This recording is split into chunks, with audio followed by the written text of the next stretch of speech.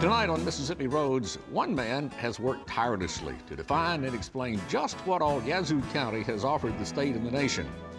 We visit a small cafe in Tunica that inspired a major radio hit.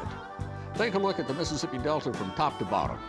We'll learn why one man spends his days with a bird's eye view of Delta farms, and how one family is bringing a taste of Europe to Clarksdale. Support for the arts segment of Mississippi Roads comes from the Mississippi Arts Commission, whose mission is to be a catalyst for the arts and creativity in Mississippi. Information available at www.arts.ms.gov. Mississippi Roads is made possible in part by the generous support of viewers like you. Thank you. Down Mississippi Road.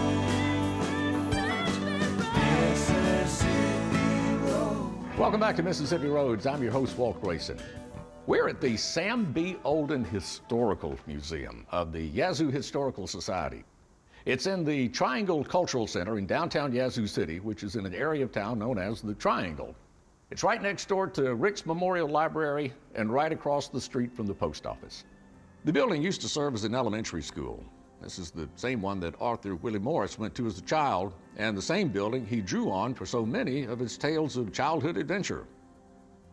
Inside the building, though, lies the museum, named for Sam B. Olden, the man who spent so much time and effort putting the museum together.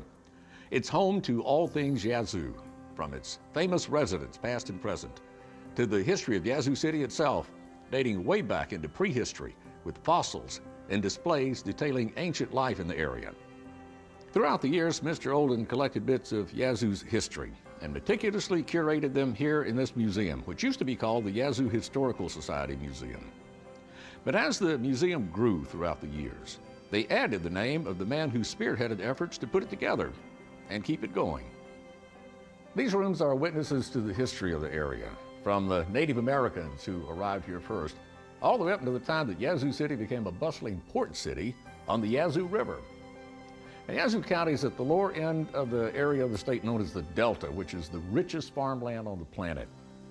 And yet parts of the Delta still strive to remain viable economically. So we're going to start off by taking a look at the Delta as a whole, from top to bottom.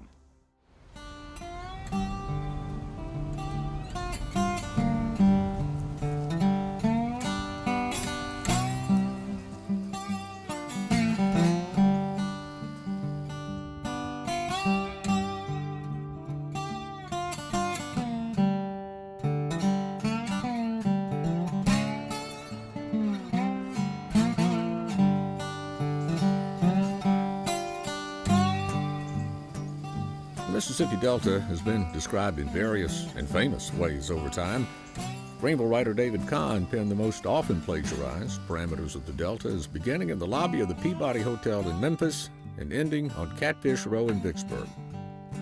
Although there are Delta counties from southern Missouri through Arkansas and into Louisiana, it's usually that flat wedge of land between Vicksburg and Memphis that most often comes to mind when we think of the Delta, washed flat by the ever-flooding and ever-flowing and ever-changing Mississippi River over the ages. Until the levees were built, the Mississippi used to flood the Delta regularly, and as a consequence deposited the richest topsoil from all of the land between the Rockies and the Appalachians here. And that topsoil became the richest farmland in the world after the swamps and canebrakes and bottomland hardwoods were cleared enough and drained enough to get a plow into it and get cotton up out of it. Meanwhile, the old oxbow lakes and swamps and sloughs and bayous that the river left behind is a brooding landscape, sometimes full of dangerous snakes and alligators, and yet strikingly beautiful at the same time.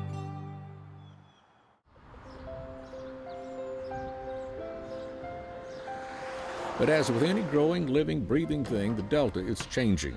It has been since the first Native Americans set foot here 4 millennia ago and stayed long enough between hunts to build mounds and towns. They're gone now, with the exception of the mounds, left behind as the only proof that it ever existed. You have to wonder if we're setting ourselves up for the same fate. I mean, the cotton crop used to take hundreds of people to plant and harvest. Now, a handful of folks on machines and agricultural chemicals do the same job in less time and more efficiently. But the hundreds of people it used to take to make the crop, well, a lot of them are still here. What do they do now? That's the questions Delta people are asking. What do we do with the reality we have today? Because gone are the days that one can be wealthy enough to live above it without being touched by it, and there never was a such thing as being poor enough. The little towns that used to serve as the plantations went away with the old plantations, and the big towns are having to redefine themselves to survive. And for example, Greenwood, with Viking Range having taken over the old cotton brokers' offices on Front Street, is thriving in the manufacturing world. Cleveland is progressing as the home of Delta State University. And Clarksdale is doing well as a blues tourist destination with adopted hometown son Morgan Freeman. But even he sees the Delta is far from living up to its potential. I was expecting some changes that haven't taken place yet, and I'm disappointed a little bit. Some of the richest farmland on the planet is here, interspersed with amazing natural beauty, and living here are some of the smartest people in the nation. People who, if it can be done, will figure out how to get the level of living in the Delta for all of its people up to the same splendor as the natural beauty of the place in which they live.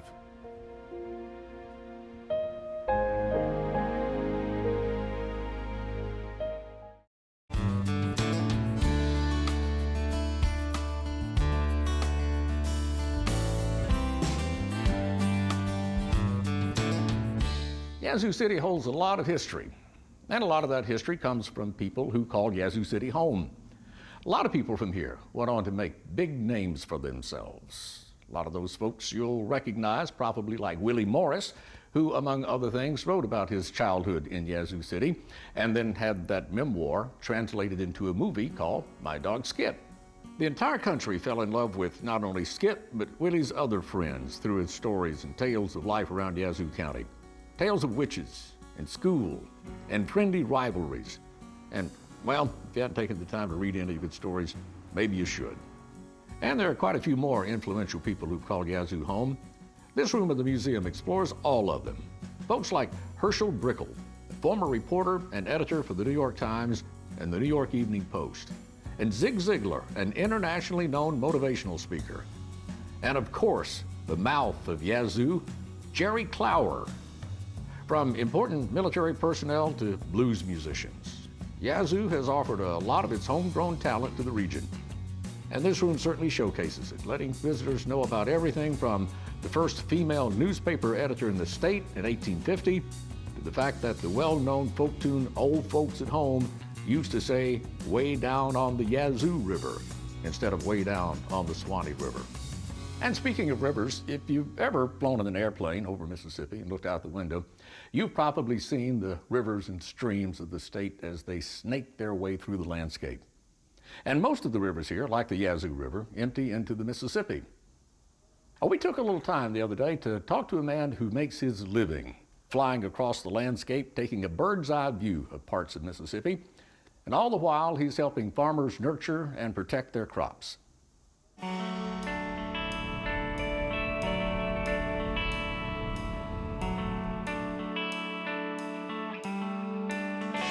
It's a fun thing. Flying is such a wonderful thing. Most of us do it because, number one, we enjoy flying, and we love to do that. And the best way to do that is figure out a way to make money at it. And for me, for myself, I also grew up on a farm and grew up doing this. My dad started this business that we have here in 1972. He started flying in '68, started this business in '72, and then offered me an opportunity to fly when I got out of college in '92. Actually, I went to school in engineering. I went to school for industrial engineering, and you know, the bad thing is as a small child, I was bit by the flying bug. And once bitten, it's always is. So you just have to figure out a way to scratch the itch. And the easiest way to do that is figure out a way to make money at it. And since I had the opportunity, and my dad offered me the opportunity to come and go to work for him and join into this business, it just, well, yeah, that's great, because that's really what I wanted to do anyway, was figure out a way to fly.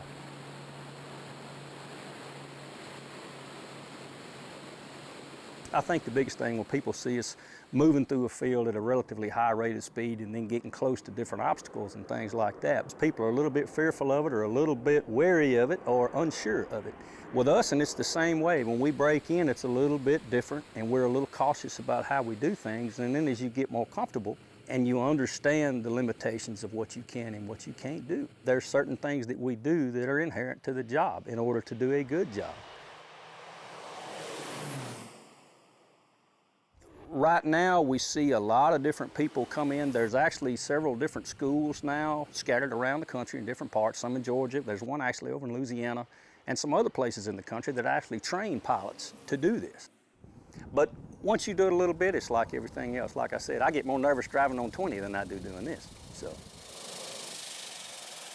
in most of what we deal with versus the majority of your general aviation stuff, our equipment is a little bit bigger, a little higher horsepower. Our equipment is designed to carry a product, to carry some particular payload from point A to go apply it to point B and then fly back empty. Our wing is set up to where we're able to carry a high weight, a high payload, a large payload safely and efficiently at a low altitude, where a general aviation airplane, like I said, is really set up to go fast, to carry people from A to B. And there's different sizes of ag planes. We have, normally they're sized by the amount the hopper will carry. So we'd say like a 400-gallon airplane or a 500-gallon airplane. This particular one is an 800-gallon airplane. So they're sized according to the capacity of the hopper. That's usually the way we'll spit them out as far as, the size of the airplane. Along with that goes, the bigger the airplane, the bigger the engine, the more horsepower, the more fuel burn, the more fuel it'll carry, all those type of things. Things you would also see in general aviation. The more people you could carry in the airplane, generally the larger the airplane was. We've had to evolve from the way things were originally. We've had to adapt and to learn new technologies, in the sense that as aircraft have gotten more advanced and cost more money, you're seeing people way more responsible. And I think, even a higher quality of someone that's doing this. Technology has been a wonderful thing for us in the last, say, I would say 10 to 15 years. GPS has been a wonderful addition. What that has allowed us to do, it has just basically given us variable rate technology. On the go, we can change our rates in the airplane through the GPS and the computers that we have on the aircraft. We can change the amount of material that we're putting out so that each and every acre gets precisely and exactly what it is that it needs. We're not wasting anything, not putting anything else out there that shouldn't be or doesn't have to be. So it's saving the farmer money by being efficient.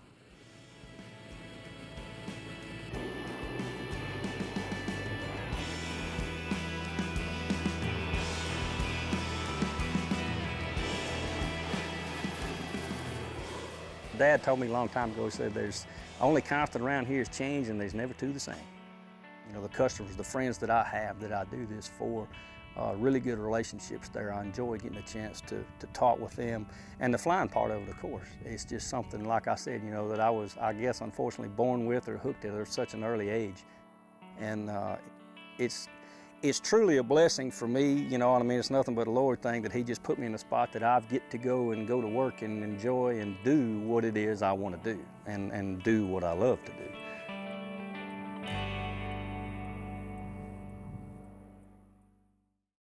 Former Governor Haley Barbour grew up in Yazoo City. As a matter of fact, he still calls Yazoo City home. And when he left the governor's mansion in 2012, he had quite a bit of memorabilia he had collected over the years, much of which can be seen now in the Haley Barbour Room at the museum. Governor Barbour served many roles throughout his tenure as the head of the state of Mississippi, and perhaps one of the more important ones was that of organizer and state advocate when Hurricane Katrina roared ashore, demolishing entire coastal communities. This room bears witness to not only that era in the state's history, but to many of the former governor's other functions as well. From before his time as governor, when he helped spearhead the state's participation in national campaigns. It's not just the people who've provided so much value to the state. The Mississippi River Valley is rich in natural history too. And some of the fossils that reside in the Mississippi Museum of Natural Science were unearthed here in Yazoo County. But this museum also hosts some fossils of its own, letting viewers peek back far into time when much larger creatures roamed the region.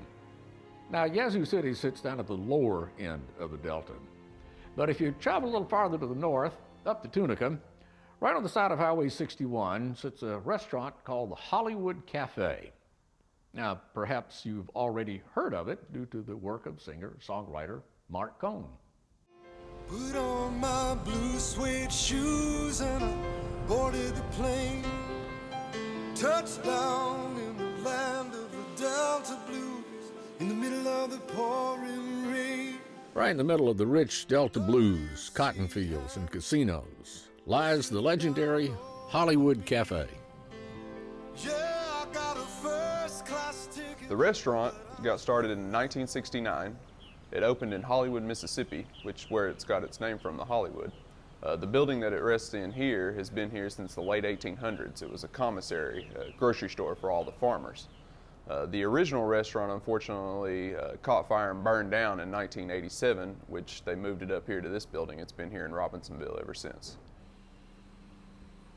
The Hollywood is no cookie-cutter restaurant. Character and charm abound in the nearly century-old building. It's got a lot of wear and tear on it, but they don't build them like they used to. Tongue and groove floors to ceiling. Serves for a pretty good juke joint on the weekends now. Sound pretty good in here. And you look at the walls and you see how it's chipped off, and just the whole, the wood, the floors are all original floors, and just the cypress bar that they have up front that they built, it's all original. The Hollywood Cafe lays claims to the invention of the fried dill pickle in 1969. To my understanding, it started out actually just as a bar, a local watering hole, if you will, and then they just started serving food because everybody would have a couple of beers and got hungry. And that's where the fried dill pickle came from. All they were serving at the time was bar food, and they had run out of everything else except a jar of pickles. So somebody said, heat up some oil and let's batter them up and deep fry them, and history ever since. This is the home of the fried dill pickles. The onion rings are really good. The fried dill pickles are the best I've ever had. The fried green tomatoes, you can't beat them anywhere. So we take them as ordered, we dip them, as we order them, we dip them, batter them up, and serve them fresh. Everything is fresh. Yeah. Yes, sir. Onions are the same, tomatoes are the same. We cut the tomatoes and onions up every morning. Dip them, batter them as they order, and we serve them fresh and hot. Yeah. The pickles and the onion rings is the same batter. Our seafood and chicken is different batter. We do different batter for the chicken and the seafood.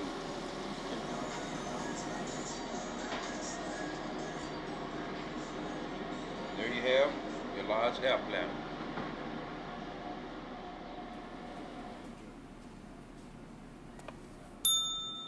The food is definitely a drawing card, but being mentioned in John Grisham's books and immortalized in Mark Cohen's song Walking in Memphis has attracted customers from around the world to see the Hollywood Cafe.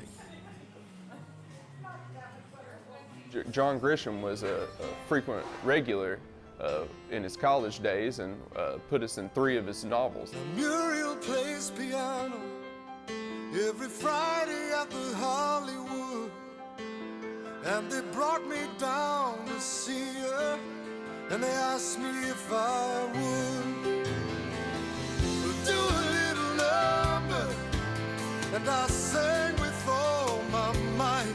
She said, "Tell me, are you a Christian child?" And I said, "Ma'am, I am tonight." Word of mouth just got up to him when he was on his trip to Memphis that a young lady named Muriel played the piano here every Friday, and it was a popular juke joint at the time, which this is the late 80s, early 90s.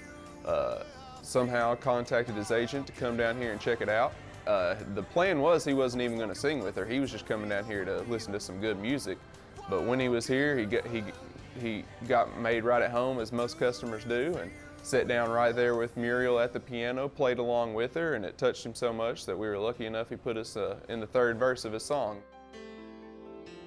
We've got an atlas map of the United States and the world where people are free to come in and mark where they're from. It's been up there for roughly 6-7 years now, and the South and the Delta are pretty covered up. If you're from Tennessee, Mississippi, you might not be able to get a pin in. I would say if you want somewhere it's going to be laid back and the food's going to be great and the people here are just wonderful, every one of them, you know, they have the best attitude. Come give it a try.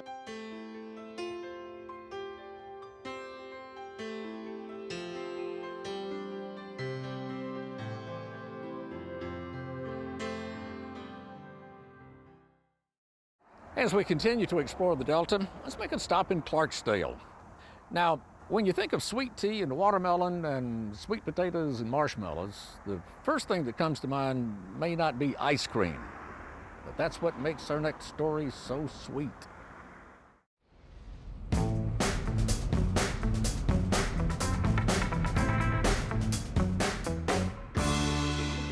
Clarksdale has long been a mecca for international visitors due to its close connection to traditional blues music.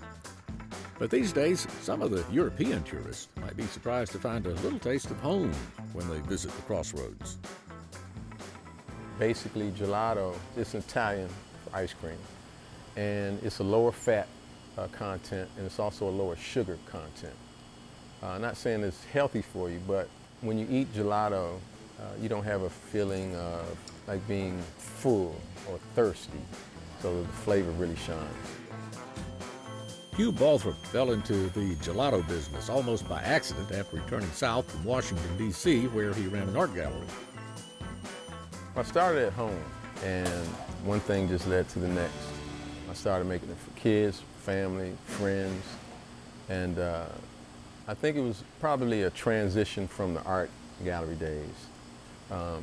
It just sparked that creative aspect in me, and it was a way for me to create sort of a palette, if you will. So that's how I started. I started at home with a Cuisinart ice cream maker. The demand for his cold confections quickly grew, so Hugh turned to the ice cream experts for help. So I decided to go to Penn State University. I did a little research online to find out the science of making ice cream. So it was a weekend course at Penn State. They've been around since the 1800s. And that is the place that you go to when you want to learn about making ice cream. After completing the short course at Penn State, Hugh invested in ice cream equipment, most notably a gelato machine, straight from Italy. We use Mississippi grass-grazed milk from Brown Family Farm, and so we'll mix milk, cream, sugar, sometimes eggs, and we mix that together. We blend it. We have a commercial blender, and we'll put it at the top of this batch freezer, and so it will heat the mix that we just made to about 85 degrees Celsius, and that takes about 8 minutes. And then after that, it goes into the freezing chamber, and that takes about 8 minutes. And voila, you have gelato or sorbet. One of the first ingredients that we put into Sweet Magnolia is passion. That's one of the secret ingredients, along with music. We listen to blues, we listen to reggae, we listen to jazz, a little hip hop, a little country. We get inspired by all music. Now, Sweet Magnolia is shipping their constantly changing selection of flavors to stores and restaurants across the Delta, northeast Mississippi and southern Tennessee.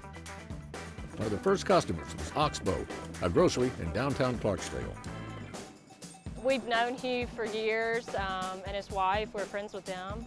And the fact that he was making local products, and it was something that we knew our customers would love, we had to have it. And it sells like crazy. I can't keep it stocked fast enough. When you're in a business, your family has to be involved. And so they've been very supportive. Particularly my oldest son, he will come over every so often, and hopefully I can drive across the strong, hard work ethic. There was a moment over here one day where he just made me so proud because he was just working so hard. And I just looked across. He didn't know what I was smiling at him about, but it just made me, it was a sense of accomplishment. I mean, he was just working hard, and I just love that. I think the favorite part of the process is seeing the finished frozen gelato or sorbet come out of the machine after it's processed, after it's heated, after we mix all of the ingredients by hand. I think just seeing that the finished product, that's our favorite. That's my favorite. Hey, regrettably, that's all the time we have for this visit. But if you got any questions about anything you've seen in the show, contact us at mpbonline.org/Mississippi Roads or join our Facebook page. Till next time, I'm Walt Grayson. I'll be seeing you on Mississippi Roads.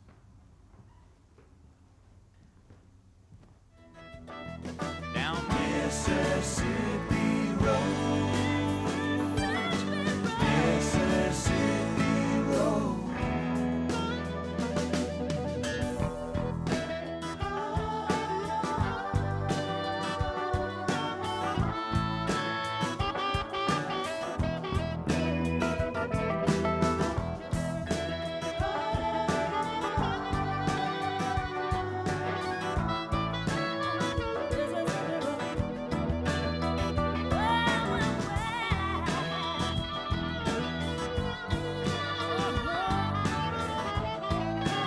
Mississippi Roads is made possible in part by the generous support of viewers like you.